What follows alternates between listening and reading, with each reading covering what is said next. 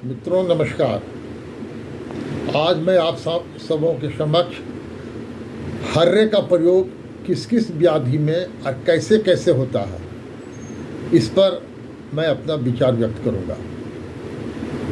सर्वप्रथम हर्रे और सेंधा नमक का प्रयोग अजीर्ण की बीमारी में, पेट में अगर गैस की शिकायत हो, कॉन्स्टिपेशन हो, तो सेंधा नमक के साथ हरे का पाउडर, 1 चम्मच हरे का पाउडर, 1/4 सेंधा नमक लेकर के आप इसे रात्रि बेला सोने के समय में खाना खाने के पश्चात सुसुम जल से ले लें और सुबह में खाली पेट में मात्र हर्रे का प्रयोग 1 चम्मच आप शीतल जल से कर लें। इससे अम्लपित्त, अजीर्ण, गैस, कब्ज सब में लाभदायक सिद्ध होता है।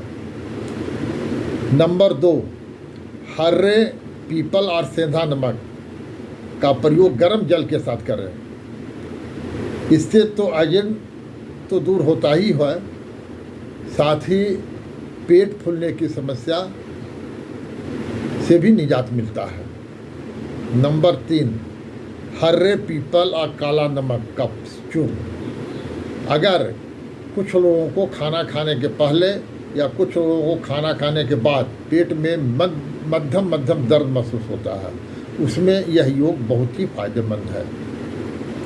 नंबर 4, हर्रे, मिश्री, पीपल और थोड़ा सा मक्खन ले लें।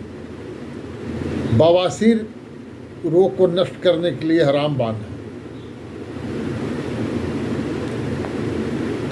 नंबर 5, हर्रे, पीपल, काला मुनक्का, शहद गले की जलन को दूर करने के लिए इसका सेवन आप करें।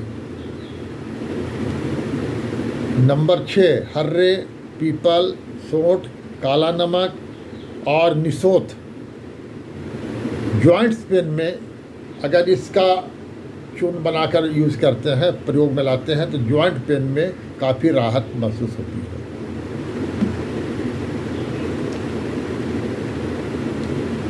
नंबर 7, अगर वर्षा काल में कफ की शिकायत हो तो हर्रे और शक्कर या शहद मिला करके आप इसका सेवन करें। साथ में सीतोपलादी चूर्ण अभी लें। हर्रे और सौंठ का प्रयोग से आम बात नाश होता है। पैर में दर्द होना या पैर में ऐसा महसूस होना कि कुछ चल रहा है, पैर खींच रहा है, टान रहा है, तो इस प्रकार का आप हर्रे और सौंठ का प्रयोग गर्म जल के साथ कर सकते हैं। बसंत ऋतु में कफ का शमन करने के लिए हर्रे और शहद का प्रयोग कर रहे हैं। हर्रे और गुड़ का प्रयोग ग्रीष्म ऋतु में पित्त को शमन के लिए किया जाता है, पित्त के शमन के लिए किया जाता है।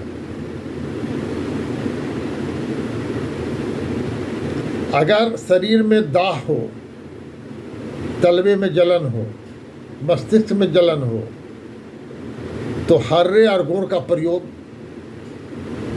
आप करें, इससे पित्त में शांति मिलती है। हर्रे और मुनक्का का प्रयोग भी अम्ल पित्त को शांत करने में काम आता है। हर्रे, सौंठ और गुड़ का प्रयोग आप करते हैं तो आप भूख खुल करके लगती है और भोजन का पाचन सही होता है। हर्रे, सौंठ और सेंधा नमक कब्ज और बवासीर के लिए भी बहुत ही फायदेमंद है। इन गुणकारी और लाभप्रद हर्रे का प्रयोग हमने आप लोगों के साथ शेयर किया। कुछ स्थितियों में हर्रे का सेवन वर्जित भी होता है। जो व्यक्ति बहुत थका हुआ, दुबला पतला, कमज़ोर शरीर का हो, भूखा रहने से निढाल हो, शरीर में खुश्की बढ़ी हुई हो, अधिक पित्त प्रकृति का हो, कुपित पित्त का रोगी हो, जिसके शरीर से काफ़ी रक्त वगैरह की कमी हो, रक्त निकल गया हो,